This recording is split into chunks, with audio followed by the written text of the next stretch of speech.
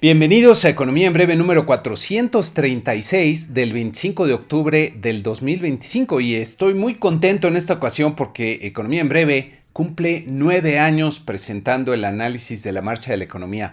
Muchas gracias a todos mis suscriptores que hacen posible el programa. Han sido tiempos difíciles para México y muy intensos para el mundo, así que darle seguimiento a todo lo que pasa pues es un reto siempre apasionante. Y hablando de todo lo que pasa en el mundo, este próximo miércoles 29 de octubre tendremos nuestro siguiente webinar trimestral de Economía en Breve para nuestros suscriptores generosos. Si estás buscando respuestas que ayuden a comprender el panorama económico que se ve venir en el 2026, asistir al webinar es la decisión correcta. Si todavía no eres suscriptor, regístrate en la liga que puedes ver aquí y que estaremos enviando en los promocionales del webinar. Si eres suscriptor generoso, mándanos un correo para confirmar tu participación a contacto@economiaenbreve.com. Hay muchos temas relevantes que repasaremos para un año que luce nuevamente complicado y retador. Comenzamos esta semana en el entorno global. En el marco de la guerra en Ucrania, el gobierno de Trump anunció sanciones dirigidas a las dos mayores compañías petroleras rusas, Rosneft y Lukoil, señalando que contribuyen al financiamiento de la maquinaria de guerra del Kremlin. El comunicado del Tesoro estadounidense advierte que están preparados para tomar acciones adicionales si es necesario para apoyar el proceso de paz en Ucrania. Las sanciones implican el bloqueo de todos los bienes e intereses en bienes de las compañías sancionadas que estén en Estados Unidos o bajo el control de personas, empresas de Estados Unidos y prohíben a personas estadounidenses participar en transacciones con las entidades sancionadas. Este anuncio provocó reacciones inmediatas en los precios del petróleo, con el West Texas Intermediate subiendo 6.2%. Con estas medidas se endurece el cerco económico sobre la maquinaria de guerra rusa, ya que tendrán afectaciones internacionales importantes, por ejemplo, en la compra de petróleo por parte de países como la India y China, que de acuerdo a medios especializados reducirán significativamente o recortarán sus importaciones de petróleo a Rusia.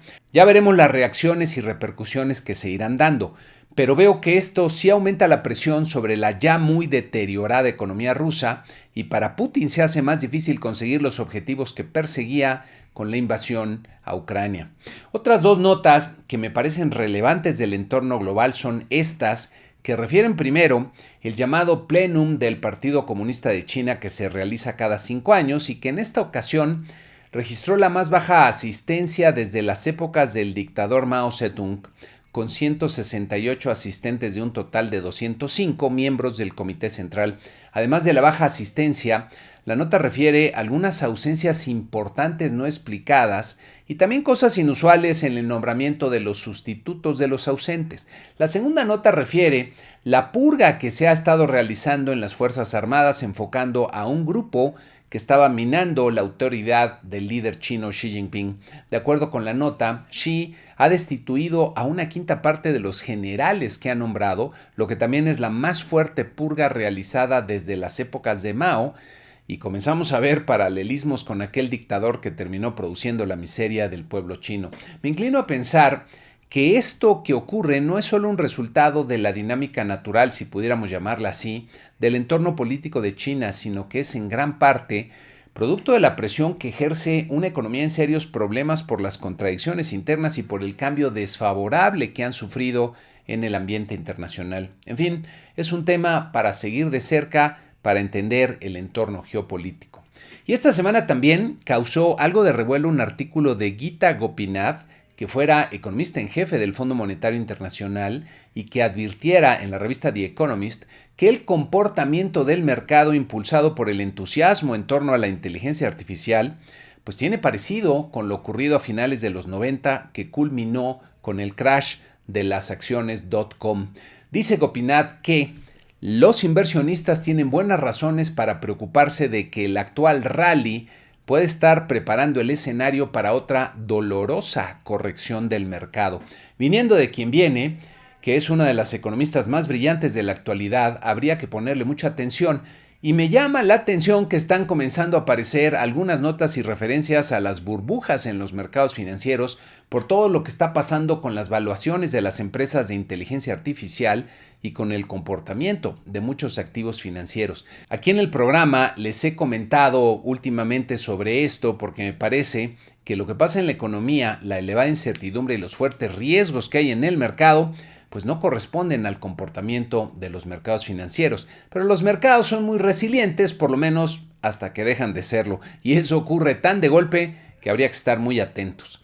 Me llamó la atención otra nota, esta de Bloomberg, que refiere a México como el principal emisor de deuda de los mercados emergentes en lo que va del año, con 41,000 millones de dólares emitidos en monedas fuertes para apoyar a Pemex. Aquí hemos comentado la forma en que está creciendo la deuda pública, pero ahora ya también llamó la atención de los medios especializados al superar a otros emisores como Arabia Saudita.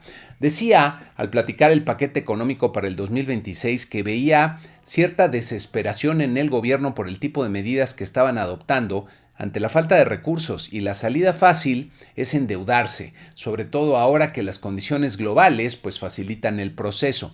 Pero no nos confundamos, porque este deterioro en la posición financiera del sector público nos cobrará una factura muy cara más temprano que tarde.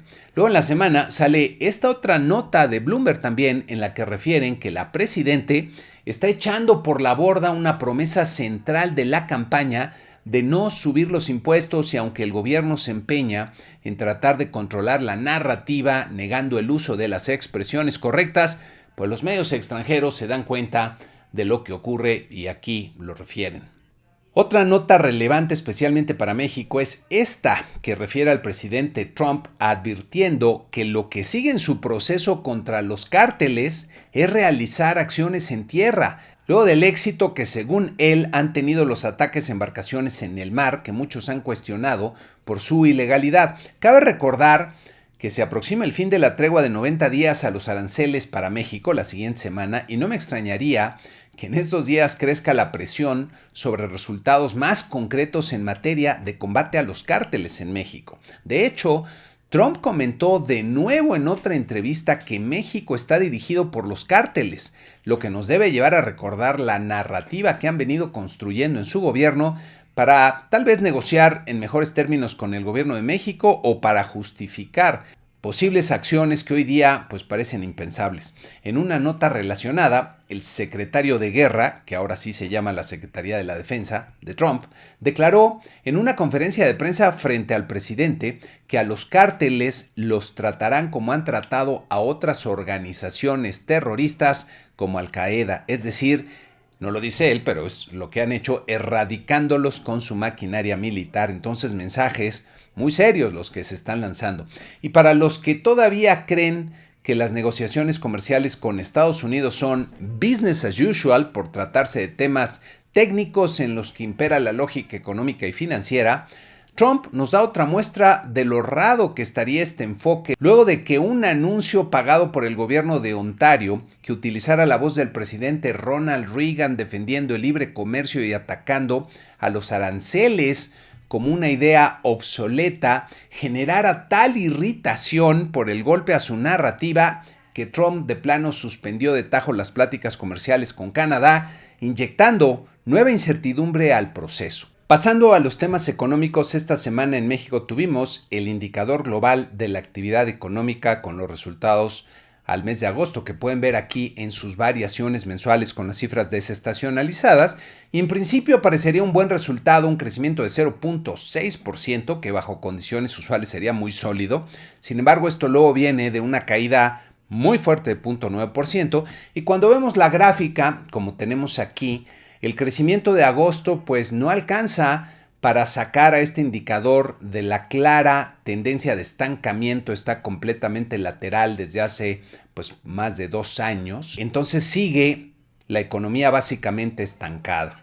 Si vemos en sus principales componentes, el IGAE del sector industrial se contrajo 0.3%, y aquí si somos generosos diríamos que está básicamente estancado, pero yo empiezo a ver que se perfila una tendencia descendente, sobre todo si vemos desde el pico que alcanzara a finales del 2023. Yendo al interior de la industria, las manufacturas repuntaron marginalmente 0.2%, pero como ven en la gráfica, que por cierto tiene bandazos muy importantes, pues también está básicamente estancada las manufacturas. Y la construcción, que pueden ver en esta siguiente lámina, pues se contrajo 2.2%, es otra contracción muy importante. Al interior de los servicios hubo algunos que están creciendo de forma importante, como es el caso del comercio al por menor. Aquí las cosas pues han ido relativamente bien y en agosto crecieron 1.8%. El comercio al por mayor, que había venido en declive, pues subió un poco, 1.2%, ojalá sea el cambio de tendencia en este indicador, pero me parece difícil todavía, sigue en una tendencia negativa. Y si vemos el transporte, pues tuvo un crecimiento marginal y como pueden ver aquí en esta gráfica, el crecimiento fue de 0.2%, pero pues básicamente se ha estancado en los últimos meses, ha dejado de crecer con buen ritmo. Y los servicios financieros también crecieron de forma marginal, 0.2% como ven aquí, y también parece que se están frenando ya. Un sector que me parece muy relevante porque aquí es donde hay muchas empresas pequeñas, medianas, es el de restaurantes y hoteles.